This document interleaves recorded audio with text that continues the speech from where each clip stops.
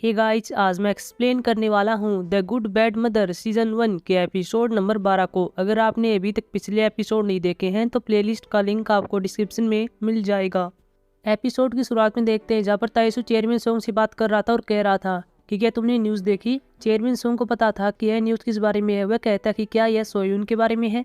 ताइसू कहता कि हाँ, यह उसके बारे में है। पुलिस उसकी जांच कर रही है कि उसकी डेथ कैसी हुई है, इसलिए हम इन सबको रोकना होगा, नहीं तो तुम जानते हो कि हम दोनों का नाम इसमें आ जाएगा। चेयरमैन सोंग कहता कि ये तुम ही थे जिसने ये सब कुछ शुरू किया था। तुमने ही ये गलती की थी और तुमने ही सोए उनके साथ मजे लिए थे और तुमने ही अपनी पत्नी और अपने बेटे को मरवा दिया। इस बात पर ताइसू गुस्सा आता और वह चेयरमैन सोंग से कहता कि ये तुम क्या कह रहे हो। बाद में वो चेयरमैन सोंग को नीचे गिरता और कह रहा था कि तुम्हारे खिलाफ मेरे पास सारे सबूत हैं कि तुमने कैसे हाईसिक को मारा था और कैसे तुम वो भी ग्रुप में गलत काम करते हो, इसलिए तुम मुझसे पंगा मत लेना। हालांकि बाद में ताइसू कहता कि अब मैं दोसांग ग्रुप से रिलेशन तोड़ने वाला हूँ, मेरी बेटी वहाँ पर शादी नहीं करेगी, इसलिए चलो दोनों साथ में मिलकर काम करते हैं। बाद में ताइसू यहाँ पर चेयरमैन सोंग की रात बढ़ाता है और उसे खड़ा करता है। अगले सीन में यंगसुन और कांगो दिखाया जाता है जो कि खाना खाकर बाहर आ जाते हैं। अभी यहाँ पर एक बीच के पास से जा रहे थे, तभी यहाँ पर यंगसुन एक नाव पर देखती है जिस पर कांगो लिखा हुआ था। वो यहाँ पर कांगो से कहती है इस पर तुम्हारा नाम लिखा हुआ है। कांगो इसको देखकर खुश होता है। बाद में यंगसुन यहाँ पर कांगो से कहती है कि चलो मैं तुम्हारी फोटो खींचती हूँ। इसके बाद कांगो इस नाव के सामने खड़ा होता है और अपनी फोटो खिंचवाता है और बाद में यंगसुन नाव के सामने खड़ी होती है और कांगो अपनी माँ की फोटो खींच रहा था। बाद में कांगो अपने फ्लैशबैक सीन को याद करता है जहाँ सोयून जहाज में बैठी हुई थी और सोयून यहाँ पर कांगो को बाय कर रही थी और बाद में यहाँ पर कांगो सोयून का नाम भी लेता है। अगले सीन में उस सीन को दिखाया जाता है जो कि हमने पिछले एपिसोड के लास्ट में देखा था। जहाँ यंगसुन के फोन पर एक कॉल आती है। यंगसुन को बताया जाता है कि यहाँ पे खेतों में से धुआं बाहर आ रहा है। बाद में यंगसुन यहाँ पर कांगो को जगाती भी दोनों बाहर आते और गाड़ी में बैठ रहे थे। तभी हम यहाँ पर शैमसी को देखते हैं जो कि कांगो को धीरे से बोल रहा था, लेकिन यहाँ पर कांगो को आवाज नहीं सुनाई देती। हालांकि यहाँ पर शैमसी को सुन जाता है कि ये यहाँ पर आग की बात कर रहे थे। शैमसी को पता चल जाता है कि कांगो के खेत में आग लगी हुई है। अगले सीन में मिस्टर जाओ जीसू को देखते हैं जो कि शैमसी की मील के बाहर है और वहाँ पर बात कर रहे थे कि शैमसी ने सारे सबूत खो दिए हैं और उसी पर आरोप लगेगा कि उसने हायों को धमकाया था। तभी हम अंदर देखते हैं जहाँ पर शैमसी के पेरेंट्स इसकी बात सुन रहे थे। बाद में पर मिस्टर चाओ जीसुक देखता है कि शैमसी यहाँ से भागकर जा रहा था। इसके बाद ये दोनों इसका पीछा करते हैं क्योंकि ये दोनों शैमसी से ही मिलने के लिए आए हुए थे। अगले सीन में शैमसी को फिर से दिखाया जाता है जो कि कांगो फार्म के पास आ जाता है जहाँ पर आग लगी हुई थी। तभी यहाँ पर शैमसी दो आदमियों को देखता है जिन्होंने मास्क लगाया हुआ था। शैमसी को यहाँ पर पता चलता है कि इन्होंने ही आग लगाई है। बाद में दोनों आदमी शैमसी को मारने लगते हैं, लेकिन तभी हम देखते हैं कि यहाँ पर मिस्टर चाओ जीसुक आते हैं जो कि इन आदमी से लड़ते हैं, लेकिन बाद में दोनों आदमी यहाँ से भाग जाते हैं। मिस्टर चाओ जीसुक इनका पीछा करते हैं और बाद में यहाँ पर शैमसी के पेरेंट्स आते हैं। शैमसी के पेरेंट्स देखते हैं कि शैमसी नीचे पड़ा हुआ था। बाद में ये शैमसी के पास जाते हैं और उसको उठाने की कोशिश करते हैं और कह रहे थे क्या हुआ है। बाद में यहाँ पर गाड़ी लेकर मिजू और बाकी सब भी आ जाते हैं जो कि चिल्ला रहे थे कि यह आग कैसे लग गई है और यंगसुन और कांगो कहाँ पर हैं, हमें इमरजेंसी नंबर पर कॉल करना चाहिए। बाद में ये इमरजेंसी नंबर पर कॉल करते हैं, लेकिन तभी यंगसुन को देखते हैं जो कि बाहर होती है। बाद में यंगसुन के पास जाते हैं, उसको बचाते हैं।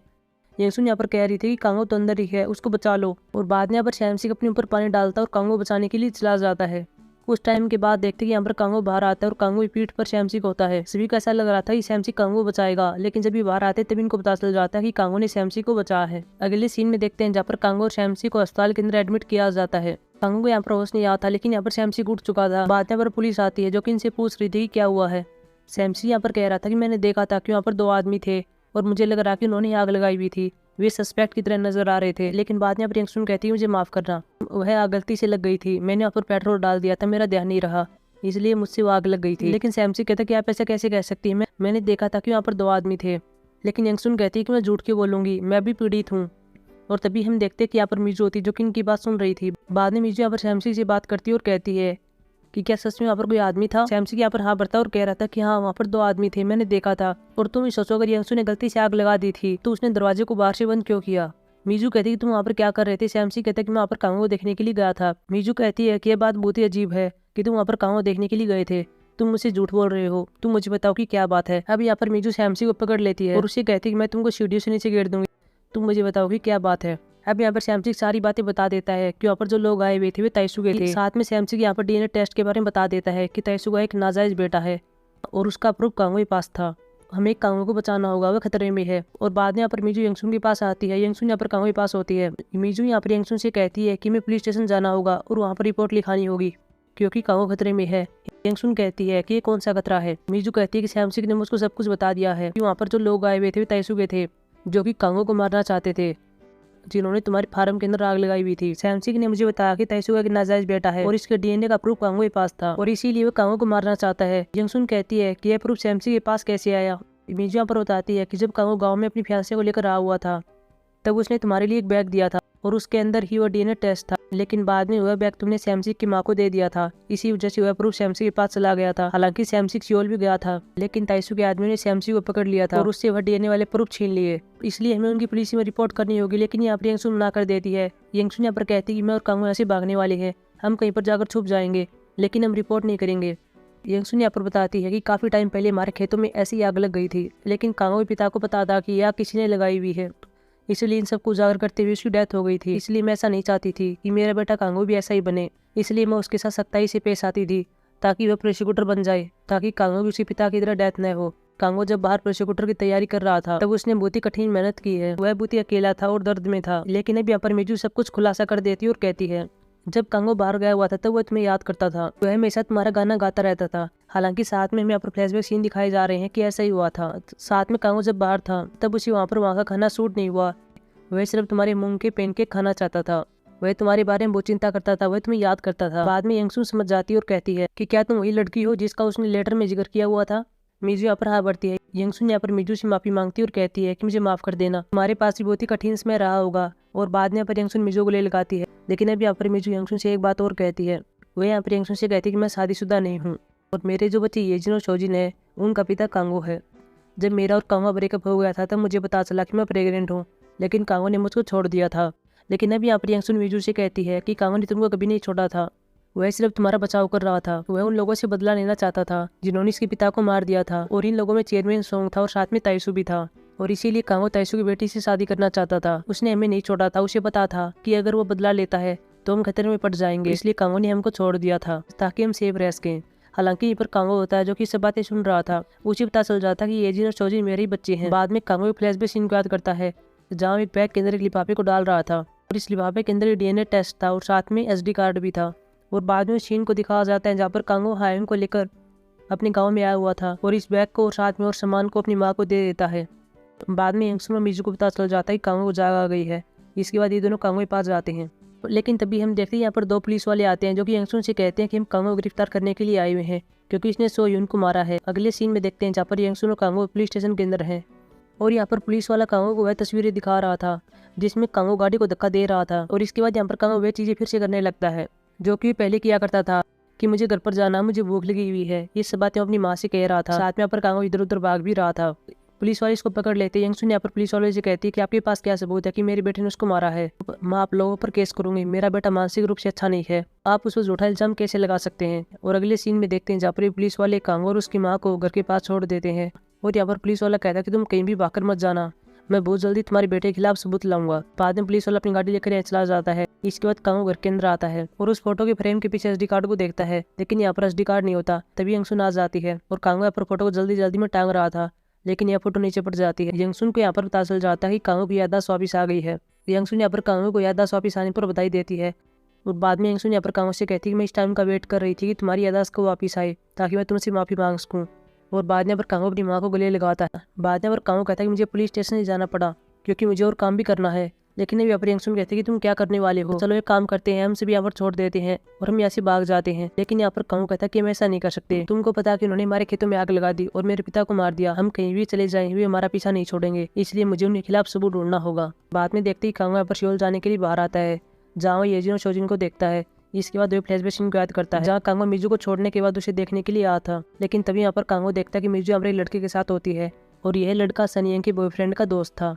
और इसके बारे में हम पहले से जानते हैं क्योंकि सनियंग के बॉयफ्रेंड ने इसको मिजू के सामने इंट्रोड्यूस करवाया था। साथ में यहाँ पर कांगो ये भी देख लेता कि मिजू के यहाँ पर 2 बच्चे हैं। अब यहाँ पर रियलिटी में दिखाया जाता है जहाँ पर कांगो अपने बच्चों से मिल रहा था, उनको गले लगाता और कह रहा था कि मुझे माफ कर देना, मैंने तुमको नहीं पहचाना था। बाद में कांगो मिजू के नेल सैलून में आता है और वहाँ पर इससे बात कर रहा था और इसको बताता कि मेरी याददाश्त वापस आ गई है, मुझे सब कुछ याद है जो कि हमने किया था। और ये सब सुनने के बाद मिजू यहाँ पर रोने लगती है। वो कांगो से कहती है कि तुम एक प्रेग्नेंट लड़की को कैसे छोड़ सकते हो, तुम्हारी वजह से मैंने बहुत ही दुख सहा है, लेकिन मुझसे भी ज्यादा दुख तुमने सहा है क्योंकि तुम यहाँ पर बीमार हो गए थे। कांगो पर मिजू से इन सबके लिए माफी मांगता है, लेकिन साथ में कांगो कहता है कि तुम मुझे अभी के लिए माफ मत करना क्योंकि अभी मेरा काम पूरा नहीं हुआ है, अभी मुझे और कुछ भी करना है, इसलिए काम समाप्त होने पर मैं तुमसे माफी मांगूंगा। मिजू कहती है कि ठीक है। अगले सीन में देखते हैं जहाँ पर ट्रोडबैग यंगसुन से मिल रहा था। ट्रोडबैग यहाँ पर यंगसुन से कहता है कि मुझे पता चला कि तुम्हारे खेतों में आग लगी हुई है, क्या तुम्हारे खेतों को शराब मिला हुआ है? पहले तुम्हारे खेतों में सूरों को मार दिया गया और अब तुम्हारे खेत में आग लग गई है। यंगसुन कहती है कि यह खेत किसी नीच को मैं देने वाली थी लेकिन उसने नहीं लिया और बाद में यहाँ पर यह बात सुनकर ट्रोटबैक हंसता है। उसे पता चलता है कि यंगसुन यहाँ पर मेरी बात कर रही थी। ट्रोटबैक यहाँ पर यंगसुन से कहता है कि मेरे पास में देने के लिए कुछ है। बाद में वह ट्रोटबैक यंगसुन को एक चीज देता है और यह यंगसुन के घर का बर्तन होता है। इसको देखकर यंगसुन यहाँ पर हंसने लगती है। ट्रोटबैक यहाँ पर कहता है कि मैं ऐसे जाने वाला हूँ, अब मैं यहाँ पर वापिस नहीं आऊँगा। लेकिन यहाँ पर यंगसुन ट्रोटबैक को अंदर आने के लिए कहती है। अब यहाँ पर हमें दिखाया जाता है कि अंदर यहाँ पर सभी लोग आए हुए थे और यहाँ पर यंगसुन कह देती है कि एक विदाई पार्टी है और ये विदाई पार्टी ट्रोटबैक के लिए है। हालांकि यह पार्टी यंगसुन ने इसलिए दी थी क्योंकि उसके बेटे की याददाश्त वापिस आ गई है, लेकिन वह यह बात इनको नहीं बता सकती क्योंकि कांगो ने अपनी माँ को मना किया है। बाद में यहाँ पर खाना खाते हैं और साथ में डांस करते हैं। अगले सीन में देखते हैं जहाँ पर मिस्टर चा और जीसू उन आदमियों को जिन्होंने कांगो फार्म में आग लगाई हुई थी उनको लेकर चेयरमैन सोंग के पास आते हैं और कह रहे थे कि हमने तैसू आदमी को पकड़ लिया है। लेकिन बाद में इनको पता चलता है कि ये आदमी तो हमारे ही थे और चेयरमैन सोंग ने इनको वहाँ पर भेजा था। चेयरमैन सोंग यहाँ पर अपने एक आदमी को बुलाता और कह रहा था कि सोई उनके केस के बारे में क्या हुआ। यह आदमी कहता कि उसके लिए कांगो गिरफ्तार कर लिया था, लेकिन पुलिस के पास कोई सबूत नहीं था, इसलिए उन्होंने कांगो को रिहा कर दिया। लेकिन साथ में यह आदमी यह बात भी बताता है कि सोई उनकी जो बॉडी मिली थी वह गाड़ी के अंदर नहीं थी। इसको सुनकर यहाँ पर चेयरमैन सोंग कहता है कि कांगो ने हमको धोखा दिया है। लेकिन बाद में यहाँ पर चेयरमैन सोंग सोचता है कि फिर सोई उनको किसने मारा है। अगले सीन में देखते हैं जहाँ पर यंगसुन बहुत ही नशे में होती है और गुमजा यहाँ पर यंगसुन को अपने घर पर ले आती है क्योंकि यंगसुन यहाँ पर जिद करती है कि मुझे येजिन और शोजिन के साथ सोना है, इसलिए वो यहाँ पर आई है। बाद में देखते हैं कि यहाँ पर येजिन और शोजिन फोन में वीडियो को देख रहे थे। इसके बाद मिजू यहाँ पर वीडियो को देखती है और यहाँ पर योजिन के फोन में बहुत सी वीडियो स्टोर थी। बाद में यहाँ पर मिजू एक वीडियो को देखती है और यह वीडियो वही थी कि जब कांगो हायोंग को लेकर अपने घर पर रहा था। अब यहाँ पर इस वीडियो में दिखाया जाता है कि हायोंग यहाँ पर गाड़ी के अंदर बैठी हुई थी और वह पानी की बोतल के अंदर नींद की गोलियां मिला रही थी और मिजू इस वीडियो को देख लेती है। अगले सीन में देखते हैं जहाँ पर कांगो सियोल के अंदर आ जाता है, जहाँ पहले अपनी जगह पर जाता है और इसके बाद वो पार्किंग के अंदर जाता है जहाँ पर इसकी गाड़ी खड़ी हुई थी।